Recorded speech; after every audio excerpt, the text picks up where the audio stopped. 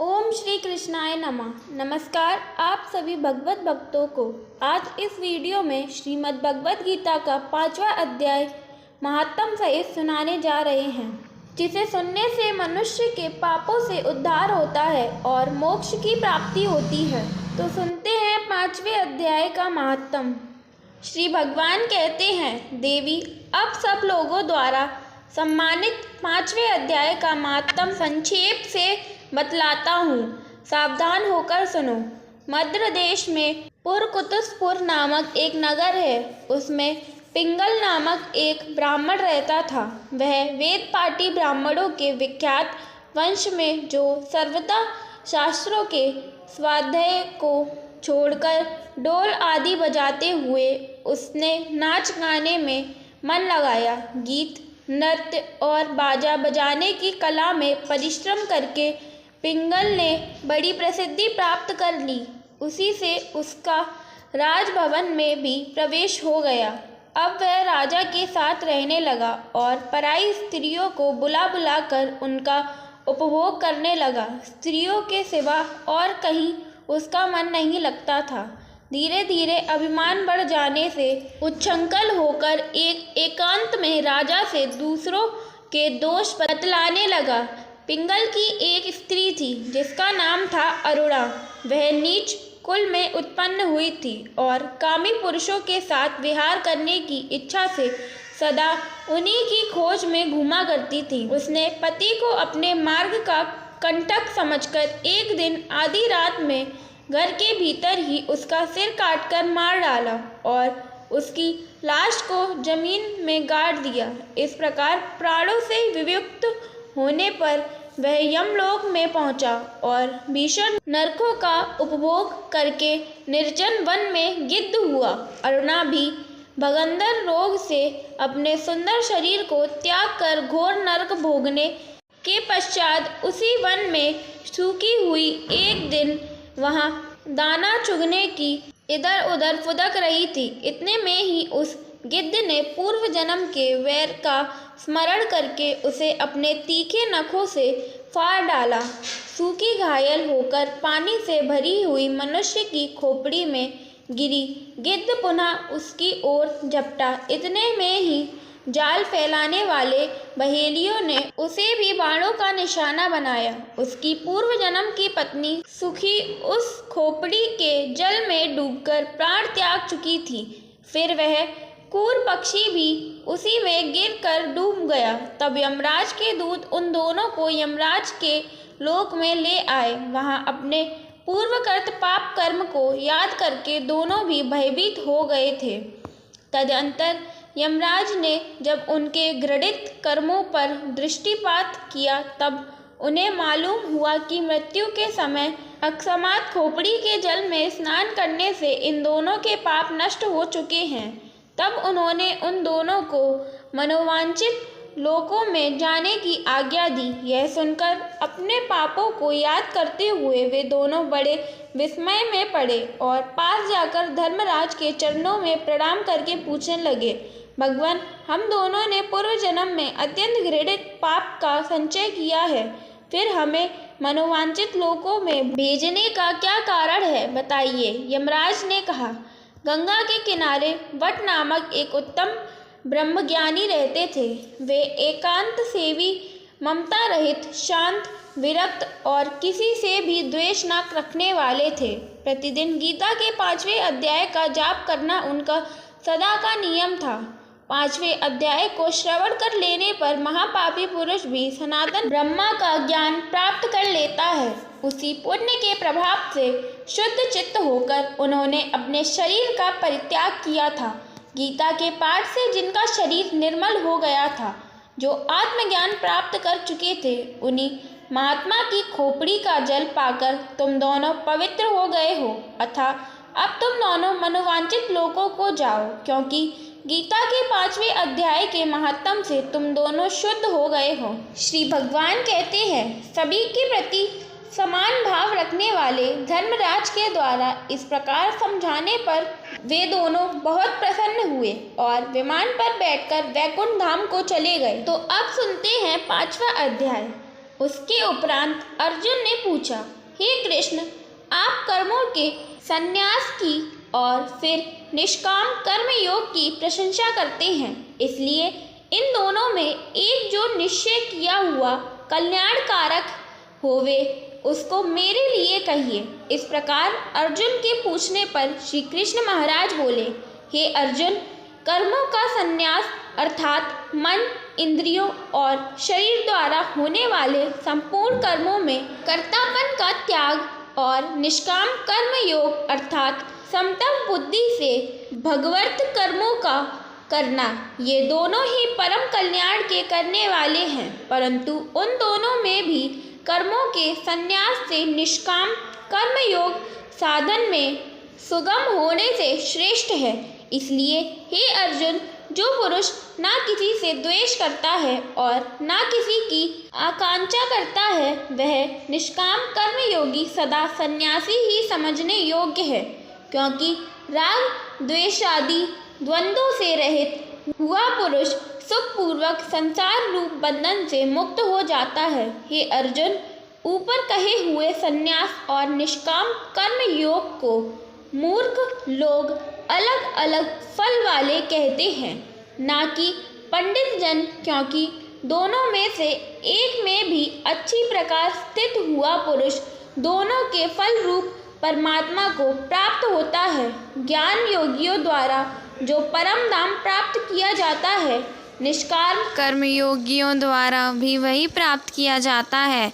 इसलिए जो पुरुष ज्ञान योग और निष्काम कर्मयोग को फल रूप से एक देखता है, वह ही यथार्थ देखता है। परंतु हे अर्जुन, निष्काम कर्मयोग के बिना संन्यास अर्थात मन, इंद्रियों और शरीर द्वारा होने वाला संपूर्ण कर्मों में कर्तापन का कर्मयोगी परम ब्रह्म परमात्मा को शीघ्र ही प्राप्त हो जाता है। वश में किया हुआ है शरीर, जिसके ऐसा जितेंद्रिय और विशुद्ध अंतःकरण वाला एवं संपूर्ण प्राणियों के आत्मस्वरूप परमात्मा में एक ही भाव हुआ निष्काम कर्मयोगी कर्म करता हुआ भी लिपायमान नहीं होता।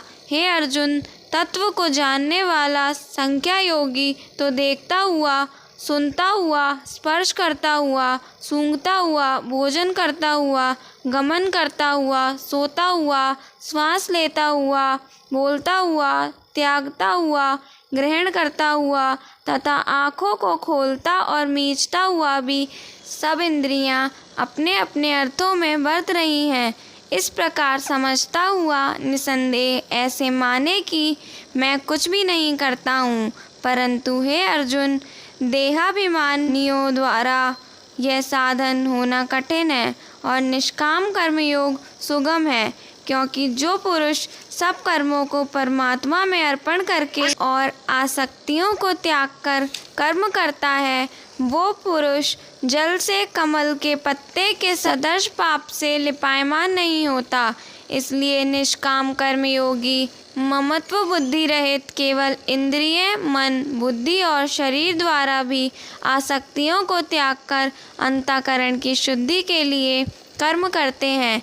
इसी से निष्काम कर्मयोगी कर्मों के फल को परमेश्वर के अर्पण करके भगवत प्राप्ति रूप शांति को प्राप्त होता है और सकामी पुरुष फल में आसक्त हुआ कामना के द्वारा बनता है।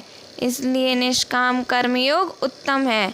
हे अर्जुन, वश में हे अंतःकरण, जिसके ऐसा संख्या योग का आचरण करने वाला पुरुष तो निसंदेह ना करता हुआ और ना करवाता हुआ 9 द्वारों वाले शरीर रूप घर में सब कर्मों को मन से त्याग कर अर्थात इंद्रियों के अर्थों में बरतती है, ऐसे मानता हुआ आनंद पूर्वक सच्चिदानंद घन परमात्मा के स्वरूप में स्थित रहता है। परमेश्वर भी भूत प्राणियों के ना कर्तापन को और कर्मों को तथा कर्मों के फल के संयोग को वास्तव में रचता है, किंतु परमात्मा के सकाश से प्रकृति ही बरतती है, अर्थात गुण ही गुणों में बरत रहे हैं। सर्वव्यापी परमात्मा न किसी के पाप कर्म को और न किसी के शुभ कर्म को भी ग्रहण करता है, किंतु माया के द्वारा ज्ञान ढका हुआ है। इससे सब जीव मोहित हो रहे हैं, परंतु जिनका वह अंतःकरण का अज्ञान आत्मज्ञान द्वारा नाश हो गया है, उनका वह ज्ञान सूर्य के सदृश और सच्चिदानंद घन परमात्मा को प्रकाशता है, अर्थात परमात्मा के स्वरूप को साक्षात कराता है। हे अर्जुन, तद्रूप है बुद्धि जिनकी तथा तद्रूप है मन जिनका, और उस सच्चिदानंद घन परमात्मा में ही है निरंतर एक ही भाव से स्थिति जिनकी, ऐसे तत्परायण पुरुष ज्ञान के द्वारा पाप रहित हुए अपुनरावृत्ति को अर्थात परम गति को प्राप्त होते हैं। ऐसे वे ज्ञानी जन विद्या और विनय युक्त ब्राह्मण में तथा गौ, हाथी, कुत्ते और चांडाल में भी संभाव से देखने वाले ही होते हैं। इसीलिए जिसका मन समत्व भाव में स्थित है, उनके द्वारा इस जीवित अवस्था में ही संपूर्ण संसार जीत लिया गया, अर्थात वे जीते हुए ही संसार से मुक्त हैं, क्योंकि सच्चिदानंद घन परमात्मा निर्दोष और सम है। इससे वे सच्चिदानंद घन परमात्मा में ही स्थित हैं। जो पुरुष प्रिय को अर्थात जिसको लोग प्रिय समझते हैं उसको प्राप्त होकर हर्षित नहीं हो, और अप्रिय को अर्थात जिसको लोग अप्रिय समझते हैं उसको प्राप्त होकर उद्वेगवान ना हो, ऐसा स्थिर बुद्धि संशय रहित ब्रह्मवेत्ता पुरुष सच्चिदानंद घन परम ब्रह्म परमात्मा में एक ही भाव से नित्य स्थित है। बाहर के विषयों में अर्थात सांसारिक भोगों में आसक्ति रहित अंतःकरण वाला पुरुष अंतःकरण में जो भगवत ध्यान जनित आनंद है उसको प्राप्त होता है, और वह पुरुष सच्चिदानंद घन परम ब्रह्म परमात्मा रूप योग में एक ही भाव से स्थित हुआ अक्षय आनंद को अनुभव करता है। जो यह इंद्रियां तथा विषयों के संयोग से उत्पन्न होने वाला सब भोग है, वे यद्यपि विषयी पुरुष को सुख रूप भासते हैं, तो भी निसंदेह दुख के ही हेतु हैं और आदि अंत वाले अर्थात अनित्य हैं। इसलिए हे अर्जुन, बुद्धिमान विवेकी पुरुष उनमें नहीं रमता। जो मनुष्य शरीर के नाश होने से पहले ही काम और क्रोध से उत्पन्न हुए वेग को सहन करने में समर्थ हैं, अर्थात काम क्रोध को जिसने सदा के लिए जीत लिया है, वह मनुष्य इस लोक में योगी है और वही सुखी है। जो पुरुष निश्चय करके अंतरात्मा में ही सुख वाला है और आत्मा में ही आराम वाला है, तथा जो आत्मा में ही ज्ञान वाला है, ऐसा वह सच्चिदानंद घन परम ब्रह्म परमात्मा के साथ एक ही भाव हुआ संख्य योगी शांत ब्रह्म को प्राप्त होता है। नाश हो गए हैं सब पाप जिनके, तथा ज्ञान करके निर्वृत्त हो गया है संशय जिनका, और संपूर्ण भूत प्राणियों के हित में है रति जिनकी एकाग्र हुआ है भगवान के ध्यान में चित्त जिनका, ऐसे ब्रह्मवेत्ता पुरुष शांत ब्रह्मा को प्राप्त होते हैं। कर्म क्रोध से रहित जीते हुए चित्त वाले परम ब्रह्म परमात्मा का साक्षात्कार किए हुए ज्ञानी पुरुष के लिए सब ओर से शांत परम ब्रह्म परमात्मा ही प्राप्त है। अर्जुन, बाहर के विषय भोगों को ना चिंतन करता हुआ बाहर ही त्याग कर और नेत्रों की दृष्टि को भ्रुकुटी के बीच में स्थित करके तथा नासिका में विचरने वाले हैं। प्राण और अपान वायु को सम करके जीती हुई है इंद्रियां, मन और बुद्धि जिसकी, ऐसा जो मोक्ष परायण मुनि इच्छा भय और क्रोध से रहित है, वह सदा मुक्त ही है। और हे अर्जुन, मेरा भक्त मेरे को यज्ञ और तपों का भोगने वाला और संपूर्ण लोकों के ईश्वरों का भी ईश्वर तथा संपूर्ण भूत प्राणियों का सुहृद अर्थात स्वार्थ रहित प्रेमी ऐसा तत्व से जानकर शांति को प्राप्त होता है और सच्चिदानंद घन परिपूर्ण शांत ब्रह्म के सिवा उसकी दृष्टि में और भी कुछ नहीं रहता, केवल वासुदेव ही वासुदेव रह जाता है। तो चौथा अध्याय पूरा होता है। जय श्री हरि।